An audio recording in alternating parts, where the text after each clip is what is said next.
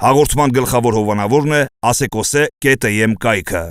Հաղորդման գործընկեր, նավավար ձկնալի ըմպելարան, հասցե Արամի 42 կոտորակ 1, առաջին հարկ, իսկական նավահանգստային միջավայր Լեռներում։ Հաղորդման գործընկեր, Ժան-Պոլ էկզիստենցիալ սրճարան, հասցե Արամի 42 կոտորակ 1, երկրորդ հարկ, վայր, որտեղ գերակա է զրույցը, որտեղ արվեստն ու չարվեստը թափառում են սենյակից սենյակ։ Հաղորդման գործընկեր, անտիկյան ցուցասրահ, հասցե Պուշկինի 33 կոտորակ 21։ Նրա անունը ժամանակ առ ժամանակ առնչվում է այս կամ այն աղմկահարույց պատմության հետ։ Չնայած դրան նա երբեք չի վախենում պարզաբանել տեղի ունեցածը, խոսել եւ առաջ շարժվել։ Մի ահաբեկեք ինձ, եթե ես վախենայի, ապա չէի ծնվի։ Նրա սպառիչ եւ համոզիչ պատասխանն է։ Դու աստվածած ինջը, մեկը եղավ, որ քեզ ամոթակ տա, մեկը եղավ, որ քեզ թարս աչքով նայի, հը? Բա իմ խեղճակոց ինչ է ուզում ինչ? Բարև ձեզ Անահիտ, շնորհակալ եմ, որ ընդունել եք հաղորդմանը մասնակցելու հրավերը։ Բարև ձեզ, շնորհակալություն հրավերի համար։ Անահիտ, երբ ես նախապատրաստում էի զրույցին, այն եզրահանգման եկա, որ թեև դուք արդեն տարիներ է ինչ բեմում եք, այսինքն բազմաթիվ դերեր եք կերտել, բայց միևնույն է, կա մի զանգված մարդկանց, որ այնուամենայնիվ ձեզ ճանաչում է այս կամ այն սկանդալային դեպքից, եւ նույնիսկ տպավորություն է ստեղծվել, որ Անահիտ Մութաֆյանը սկանդալային դերասանուհի է։ Այսօր ցավոք սրտի մեր հանրությունը սկանդալների սիրահար է դարձել։ Մեր հանրությունը քիչ է թատրոն գնում, ցավոք որ թատրոնով չեն ճանաչում, ինձ սկսեցին ճանաչել սերիալով, Ինչպես շատերի հետ։ ինչպես շատերին, չնայած այն բանին, որ մինչ սերիալում նկարահանվել է 8 տարի արդեն աշխատել եմ Հայաստանի երկրորդ քաղաքի թատրոնում, Գյումրու թատրոնում։ Ինքը սկանդալային մարդ չեմ, բայց չգիտեմ ինչի միշտ հայտնվում եմ այդպիսի սկանդալների մեջ, որոնք ես այսպես ասած չեմ կարող սկանդալ համարել, կյանք միջադեպ, որը լինում անցնում գնում է, դա սկանդալ չի կարող լինել։ Իսկ երբ դուք անկախ ձեր կամքից հայտնվում եք այս կամ այն խոսակցության քննարկման կիզակետում, դա ձեզ ցավեցնում է, թե դուք դրան որպես օրինաչափ երևույթ եք նայում։ Սկզբում շատ էր ցավեցնում, շատ սկզբնական շրջանում։ Հետո սկսեցի ավելի թեթև նայել։ Հիմա ուղղակի ափսոսում եմ այդ մարդկանց, ովքեր սարքում են այդ սկանդալը, մեր հայազգը ունի այսպիսի մի վատ բնավորություն, ինքը իր համար ստեղծում է ազգային հրեշներ ու սկսում վախենալ այդ ազգային հրեշներից։ Հիմա մենք եթերային մարդիկ դարձել ենք այս մարդկանց համար, մեր հանրության համար ազգային հրեշներ, որոնց յուրաքանչյուր սայթակումը դառնում է մեծ խնդիր։ Ուղղակի ես ափսոսում եմ այդ մարդկանց, ովքեր որ իրենց թանկ ժամանակը ծախսում են վատ հնչում, բայց ասեմ մեր վրա։ Անահիտ, բայց հիշում եմ, որ կա շրջան կարծես թե դուք էլ միտումնավոր ավելի թեժացնեք խոսակցությունները։ Կամ գուցե պարզապես շատ անկեղծ եք եւ դեր անկեղծությունը անսովոր երևույթ էր մեր հասարակության համար, որովհետեւ ժամանակ կար, երբ դուք այն եզակի դերասանուհին եք, ով խոստովանում էր, որ այո, ես պատրաստ եմ մերկանալ, սակայն դա նշում եք, որ կանեք միայն այն դեպքում, եթե ոչ թե կոմերցիոն բնույթ կրի այդ ներկայացումը, այլ պարզապես դա լինի ըստ սյուժետային տրամաբանության։ Ես երբեք չեմ ցանկացել թեժացնել, ես չեմ տառապում աստղային հիվանդությամբ, փառք Աստծո, չեմ տառապում այդ հիվանդությամբ ու երբեք իմ անվան շուրջ արհեստական սկանդալներ չեմ սարքել ինքս, ինչպես անում են շատ մեր հանրային դեմքերը, ուղղակի անկախ ինձանից ստացվել է դա, ես միշտ տուժել եմ իմ անկեղծության պատճառով, թե մարդկային փոխհարաբերություններում, թե բեմում, թե ամեն տեղ ես տուժել եմ այդ պատճառով։ Այո, ասել եմ, որ ես պատրաստ եմ մերկանալ, եթե դա չլինի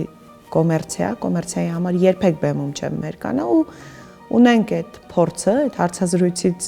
հարցազրույցը տալուց 1 տարի անց։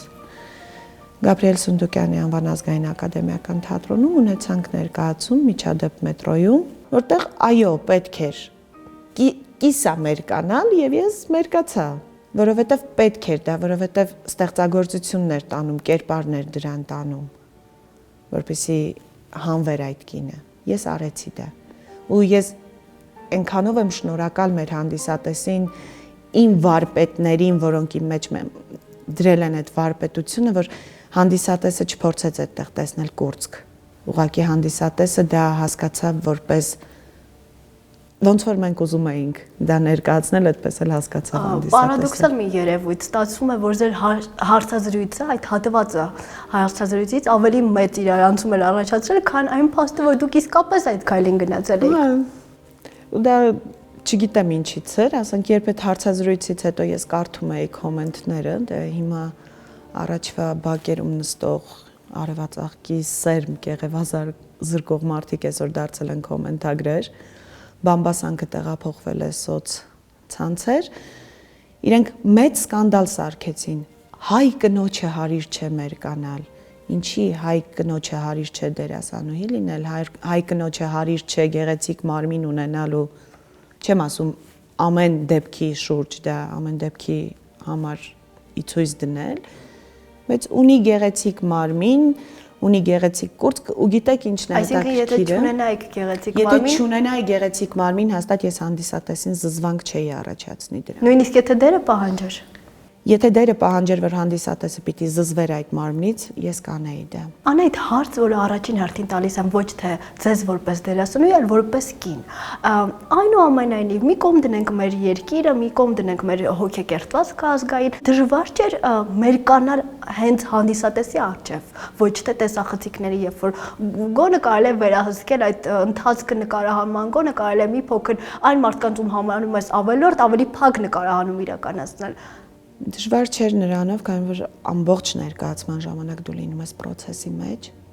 Ճիշտ է, պրեմիերայի ժամանակ վախ կար, առաջնախաղի ժամանակ վախ կար, երբ քանդեցին։ Ու մեր կանալ ասելով ընդհանրապես բլուզս եմ հանում, քանդեցի կոճակներս ու հիմա սարսափած սպասում եմ դալիճի ռեպլիկներին։ Ինձ թվում է սուլոցներ, ծիծաղ կամ ինչ-որ մի բան, քար լռություն, ընդհանրապես ծափ, որովհետև ճիշտ էր մատուցվում եւ իմ կողմից եւ աշխարհի չափ շնորհակալ եմ իմ խաղընկերոջը Նարեկ Հայկազյանին, տաղանդավոր մի մարդ, տաղանդավոր դերասան։ Այդ երկուսից ճիշտ խաղը բերեց նրան, որ հանդիսատեսը դա ճիշտ ընդունի։ Իսկ երբ որ ես բեմում եմ լինում, Կոնստանտին Սերգեևիչ Ստանիսլավսկին մեզ բոլորիս սովորեցրել է 4-րդ պատի գոյությունը, դերասանը բեմում չի նկատում հանդիսատեսին։ Դա մի աշխարհ է, մի կյանք, մի օր, որը դու ապրում ես բեմում։ Ինչով է հետաքրքիր է, դուք կկրկնեք այդ փորձը, եթե կրկին դերը պահանջի։ Մեր կանալու մասին է խոսքը։ Հասկացա, չգիտեմ, գուցե։ Տարիների հետ գալիս է խոհեմություն, տարիների հետ գալիս են ավելի շատ կոմպլեքսներ։ Ես հիմա որ հարցի ժամանակ հարցը տվեցիք, սկսեցի մտաբերել, ես գուցե 20 տարեկանում ավելի համարձակ էի որպես դերասանուհի, որպես մարդ, քան հիմա, որտեվ չէի մտածում։ Այն մարդիկ, ովքեր պարբերաբար քննարկում են ձեզ, հատկապես քննարկում են ձեր անձնականը։ Ասել, որ դուք փակ եք, սխալ կլինի։ Դուք ինքներդ ժամանակ առ ժամանակ հարցազրույցներում խոստովանում եք, որ հրապուրված եք, սիրահարված եք կամ սիրել եք, այսինքն այդ սահմանները ձեզ համար չկան։ Դուք պատրաստ եք կիսվել, այնինչ կա իրականում ձեր կյանքում։ Ավելին, նույնիսկ ամիսներ առաջ Facebook-յան ձեր էջում բավական համարձակ սիրո խոստովանություն արեցիք, մեջբերեմ։ Քեզ հանդիպեցի այնտեղ, որտեղ երբեք չէի սպասի։ Քեզ սիրեցի այնպես, ինչպես երբեք չէի պատկերացնի։ Քո աչքերը, որոնց մեջ այնքան մարած կրակներ կային, այնքան բարություն ու այնքան սեր։ Ես սիրեցի քո աչքերը, ես սիրեցի մեր սերը, որն իրավունք չուներ ծնվելու։ Ես սիրեցի մեր սիրո ուժը, որը հաղթահարեց շատ չի կարելի լիներ, որը մեզ ուժ տվեց։ Ում է սա հասցեագրված։ Դուք դեռ պատրաստ եք բացահայտել նրան հանրության համար։ Ոչ թե ես պատրաստ չեմ, ուղղակի դուրս գալով չի կարելիներից, չի կարելի հանրությանը բացահայտել այն մարդուն, ում ես սիրում եմ, ում վերջապես հանդիպեցի իմ իրական սիրուն, միշտ նշել եմ, որ անընդհատ հրապուրվում եմ, 15 րոպեն մեկ ես կարող եմ հրապուրվել, սիրահարվել, խենթանալ այդ սիրուց, այդ սերը իմ մոտ ինչ-որ օգնում է, գրել, խաղալ, նոր գույներ բերել իմ ներկա բնակի մեջ դերասանական, բայց վերջապես հանդիպեցի այդ մարդուն, խնդիրը նրանում չէ, հիմա ես գիտեմ, ես ասելուց հետո մեր կոմենտագրերը պիտի գրեն, այո, ամուսնացած տղամարդ, ամուսնացած չէ, ընտանիք չունի, մենք իրար շատ ենք սիրում, մենք երջանիկ ենք։ Տպավորություն է, որ ձեր սերը հակասում է, այսպես ասենք, հասարակությունում ընդունված որոշակի նորմերի։ Չէ, Չէ, խնդիրը դրանում չէ, ինչ որ չափով ինքը հակասում է հասարակության մեջ դրված խնդիրներին, երկու ընկերները իրավունք չունեն սիրելու։ Նա իմ ընկերն է եղել երկար տարիներ, մենք շատ լավ ընկերներ ենք եղել, մենք միշտ խոսել ենք իրար հետ, ես իմ անձնական թեմաներից, նա իր անձնական թեմաներից, եւ եկավ մի պահ, երբ մենք հասկացանք, որ ինչի փնտրել մեր սերը ուրիշտեղ, եթե մենք իրար շատ լավ հասկանում ենք, մենք իրար ընդունում ենք ու մենք ստեղծված ենք իրար համար։ Ով առաջինը համարձակություն գտավ իր մեջ ընկերոջը խոստովանելու, որ սիրում է։ Խոստովանություն չի եղել։ Ամեն ինչ արդեն պարզ էր։ Պարզ էր ամեն ինչ, խոստովանություն չի եղել, որովհետև երբ մեր մեջ առաջացավ այդ զգացմունքը, նու հետագայում դա պարզվեց արդեն խոսելու ընթացքում, որ երկուսս էլ վախեցել ենք արտահայտվել այդ մասին, որպեսզի գոնե որպես ընկեր չկորցնենք իրար։ Ինձ համար ընկերությունը քիչ այլ աշխարհ է, քիչ այլ մաքրություն, մի ուրիշ աշխարհ է ինձ համար ընկերությունը, ես ունեմ շատ տղա ընկերներ, գրեթե իմ բոլոր ընկերները տղաներ են, ես աղջիկների հետ լեզու չեմ գտնում, ընկերություն չեմ անում, ու դա ինձ համար սթրես էր, սարսափելի սթրես, որ մեկ ամանից ենք իրար հետ կերել, մենք ամեն ինչ գիտենք իրար մասին, իրավունք չկար դա ծնվելու, բայց ծնվեց այդ։ Ենթադրում եմ նաև տեղյակ եք միմյանց անձնական կյանքում տեղի ունեցող իրադարձությունների մասին։ Ամեն ինչից տեղյակ էինք մենք։ Ես հիշում եմ, որ կար շրջան նաև ձեր կյանքում, երբ պարբերաբար կարծում եմ նույնիսկ դուք արդեն կրահում եք ինչի մասին է խոսքը, եւ քննարկվում էր այն, որ Անահիտ Մութաֆյանը քաղաքական գործիչներից մեկի հետ սիրավեպ ունի։ Եվ դուք վերջերս հարցազրույց եք տվել, նաև անդրադարձել եք այդ թեմային, մեջբերեմ հատված։ Այո, եղել է մի այդպիսի փուլ իմ կյանքում։ Այդ մարդը ասուպի պես եկավ ու անցավ մեծ խոստումներով ու փայփլուն խոսքերով, որոնք մնացին օդում կախված, ճիրագործված։ Իմ ներսում միայն մնաց նրա մասին վառ ու գեղեցիկ հիշողություն։ Ինձ մոտ հարց է առաջանում, ինչ է ստացվում, իրականում դուք չներեցիք այն, որ նա ձեր խոստումները, այն ինչ խոստացել էր ձեզ չիրականացրեց, դա էր պատճառը բառաման։ Չէ, մենք որ ասեմ սիրավեպ չի եղել, դա հանրության ուռճացված կարծիքներ։ Ուղղակի իմ կյանքում եղավ մի շրջան, երբ ես հայտնվեցի քաղաքական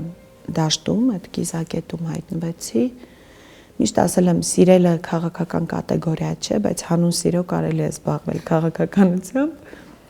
Հանուն սիրո ես հայտնվեցի քաղաքականության մեջ ու ընդամենը եղել է շփում, կնոջ եւ տղամարդու շփում։ Այդ շփումը տևել է ընդամենը 1 ամիս։ Մենք տարբեր մարդիկ էինք։ Ճիշտ է, այդ ընթացքում եղան շատ խոստումներ, ինձ խոստացան երջանկություն նկարել իմ դեմքին, աստղեր իջեցնել, ոսկեսարեր, բայց Հավատում եք։ Հավատում էի, երբեմն մասնագիտությունը ներխուժում է կյանք եւ մարդիկ սովոր են խոստումներ տալու։ Ես ընդունում եմ դա որպես նախընտրական խոստումներ են եղել ինձ, գուցե ընտրվելուց հետո մոռացվել են այդ խոստումները։ Չնայած ես շատ հարգում եմ այդ անձնավորությանը, շատ բարձր եմ գնահատում իրեն, թե որպես մարդ, թե որպես քաղաքական գործիչ, մենք այսօր էլ շփվում ենք, լավ ընկերներ ենք, կամուրջներ չենք այրել իրար հետ։ Ինչևէ, ես նրան երջանկություն եմ ցանկանում, ուրախ եմ, որ երջանի կանա ու վերջապես գտել է իր սիրտը համախմբող են մարդուն, ով կարողացավ աշխարհի տարբեր մասերից հավաքել իր կոտրված սիրո բեկորները ու հավաքել միտեղ։ Անահիտ, ձեր թույլտվությամբ զրույցի վերջին հատվածում ուզում եմ անդրադառնալ, կարծում եմ ձեզ համար մի փոքր ցավոտ թեմայի։ 2015 թվականի տարեվերջին կյանքից հեռացավ ձեր հայրը, հայտնի թատերագետ Լևոն Մութաֆյանը։ Սակայն ցավոք սրտի բոլորը չէ, որ ցավակցում էին։ Ցավակցական խոսքը իհարկե շատ էր, բայց համացանցը կարծես բաժանվել էր երկու մասի՝ մարդիկ, ովքեր սգում էին Լևոն Մութաֆյանի մահը եւ մարդիկ, ովքեր պարզապես ներողություն, բայց չարախնդում էին։ Եթե ոչ այդ շրջանում, ապա կարծում եմ ավելի ուշ այդ խոսակցությունները ձեզ հասել էին, հետաքրքիր է, ես երբեք չեմ լսել ձեր մեկնաբանությունը այս ցավոտ թեմայի վերաբերյալ։ Երբեք չեմ մեկնաբանում ինքնությունը, դեմքը, տեսակը կորցրած մարդկանց մեկնաբանությունները։ Փորձում եմ արհամարել այդ մարդկանց, որովհետև եթե կենթանին մարդ չեմ կարող համարել, կենթանին, որը կարող է չարախնդալ մեկի մահով, ուրեմն ինձ դա չի հետաքրքրում։ Ու այդ կենթանիներին ուղղակի ես ցանկանում եմ մարթանալ, որովհետև դա այնպեսի ուխտ է, որը բոլորի դռան մեջ է օգում։ Ես չեմ չարացել նրանց նկատմամբ։ Ուղղակի ես ուզում եմ, որ գտնեն իրենց դեմքը, որովհետև ոչնչություններ են այդպիսի մարդիկ։ Իմ դեպքում ես չանդրադարձա այդ ամեն ինչին, որովհետև չուզեցի իմ անդրադարձով նրանց ուրախացնել, որ իրենց խոսքերը ինձ ինչ-որ ցավ են պատճառել կամ բան, թքած ունեմ, կներեք արտահայտության համար, թքած ունեմ այդպիսի կենթանիների վրա, այդպիսի տեսակների վրա, ցավում եմ, որ իմ շատ սիրելի հողը պահում է այդ կենթանիներին, ահա որ եմ ցավում։ Ձեր հայրիկի մահից հետո ես գիտեմ, որ 7 օր անց դուք բեմում եք։ Ինձ հետաքրքիր է, սա տարբերակ էր ծրվելու աշխատանքի միջոցով ծրվելու, թե դուք պարզապես պատասխանատվության զգացում ունեիք առաջին հերթին հանդիսատեսի առջև, որոնց գուցե չի հետաքրքրում, որ դերասանը այս կամ այն վիշտն ունի։ Հենց 7-րդ օրը բեմում չէ, նկարահանման հրապարակում եմ եղել ակումբում, բարձր երաժշտություն, ծիծաղող մարդիկ, ցավը մեծ էր, ցավը խորն էր իմ մեջ, բայց դա անարգանք չէր իմ հոր նկատմամբ ու դա պարտադրանք չէր ղեկավարության կողմից, որ ես պիտի նկարահանվեի։ Դա պատասխանատվություն էր իմ աշխատանքի հանդեպ։ Ես իմ աշխատանքի հանդեպ շատ պատասխանատու մարդ եմ, շատ։ Ու իմ կյանքում մի դեպք էլ այդպես եղավ, ճիշտ է ավելի թեթև վիշտ էր, բայց հանգուցյալի կողքից վեր եմ կացել, գնացել եմ, խաղացել եմ կոմեդիա ու ոչ մեկը չէր հասկանում, թե ինչ արցունքներ են այս մարդու աչքերից գնում, երբ որ պարում էի ու լացում։ Դա սովորական երևույթ է մեր աշխատանքի մեջ, որովհետև երբ որ մենք ընդունվում ենք ինստիտուտ, մեզ առաջին ասում են, այսօրվանից դուք մոռացեք սուկ, ծնունդ, գնունք, հարսանիք, մոռացեք այդ ամեն ինչ, դուք նվիրյալներ եք, իսկական նվիրյալները այդ մարդիկ են։ Ես ինձ համարում եմ թատրոնի նվիրյալ ու շնորհակալ եմ թատրոնին, որ սիրում է ինձ, իմ սիրո համար։ Լավ Անահիտ, ձեր թույլտվությամբ ես այլևս չեմ անդրադառնա ցավոտ թեմային, բայց վերջին հարցը ձեր հայրիկի վերաբերյալ։ Վերջերս դուք հարցազրույց եք տվել եւ նշել եք, որ Լևոն Մութաֆյանի հետ համարյա չեք շփվում, որովհետեւ երբ շփվում եք, վիճում եք, որովհետեւ մասնագիտական բախում ասվածը ձեզ մոտ շատ էր։ Ինչպես նաեւ առհասարակ սերունդների բախում ասվածը կար ձեր ընտանիքում։ Տպավորություն է, որ դուք եւ ձեր հայրը խնդիրներ եք ունեցել։ Արդյոք դա տպավորություն էր, թե պարզապես այդ մասնագիտական խնդիրներն էին ավելի շատ։ Պարզապես տպավորություն է, դա որ խնդիրներ են ունեցել, որովհետև մենք որպես հայր եւ դուստր ունեցել ենք գաղտնի սեր։ Մենք իրար գաղտնի էինք սիրում։ Մենք չէինք կարողանում շփվել իրար հետ, որովհետև երբ հավաքվում էինք, դե հիմա գիտեք, բոլորս 4-5 տեղ ենք աշխատում, այդ երեկոյան ժամին ճաշի սեղանի շուրջ։ Հավաքվում էինք ընտանիքով ու զրույց էր գնում։ Սկսվում էր խոսքը, ասենք, ինչ-որ մի ներկայացման մասին։ Ես հայտնում էի իմ կարծիքը, հայրիկը հայտնում էր իր կարծիքը։ Ու սկսվում էր։ Որոնք միշտ տարբեր էին։ Միշտ էին տարբեր, մենք երբեք համակարծիք չենք եղել ոչ մի բանում, ու սկսվում էր վեճը։ Պապա դու հին ես։ Դուք էլ նորերովդ ինչ եք ուզում ապացուցել ու վիճում էինք ահա որ, հերիք չէր թատերական թեմաները մեր վեճերի, դրան գումարվեց նաև քաղաքականությունը մեր ընտանիքում։ Ես ունեի իմ հայացքները, քաղաքական հայրիկը ուներ իր հայացքները։ Մենք չէինք շփվում, մաման մեզ չէր թողնում շփվեինք միասին, որտեղ մեր տանը լինում էր լարվածություն։ Զուտ է դա եղել, թե չէ ես ու իմ հայրը երբեք խնդիրներ չենք ունեցել իրար հետ, ես միշտ նշել եմ, որ ինքը երբեք չէր խառնվում իմ անձնական կյանքին։ Լսում էր։ Կարող էր թեթև խորհուրդ տալ, բայց այդ խորհուրդը լինում էր ժպիտի կամ հայացքի միջոցով։ Ու իր մահից հետո, երբ վերջապես համարձակություն ունեցա ներխուժել իր համակարգիչ, որովհետև իր համակարգիչը դա փակ թեմա էր բոլորիս համար, չէր կարելի մոտենալ համակարգչին։ Գիտեի, որ ինձ համար պիես է գրում, որ ես խաղամ։ Կիսատ մնաց այդ գործը։ Ես այդ գործը կարդալով հասկացա, որ նա ամեն ինչից տեղյակ է եղել իմ կյանքի։ Ամեն ինչ։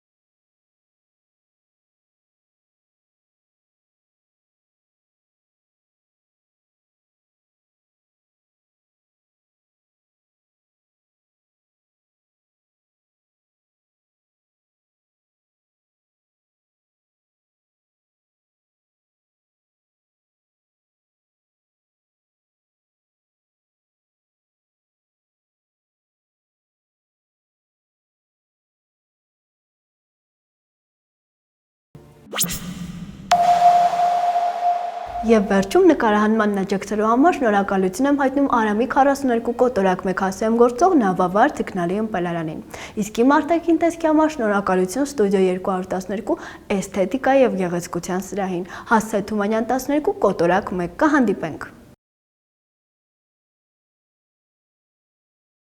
Հաղորդման գործընկեր Նավավար Ձկնալի ըմպելարան, հասցե Արամիկ 42 կոտորակ 1, առաջին հարկ, իսկական նավահանգստային միջավայր Լեռներում։ Հաղորդման գործընկեր Ժան-Պոլ էգզիստենցիալ սրճարան, հասցե Արամի 42 կոտորակ 1 երկրորդ հարկ, վայր որտեղ գերակա է զրույցը, որտեղ արվեստն ու չարվեստը թափառում են սենյակից սենյակ։ Հաղորդման գործընկեր Անտիկյան ցուցասրահ, հասցե Պուշկինի 33 կոտորակ 21։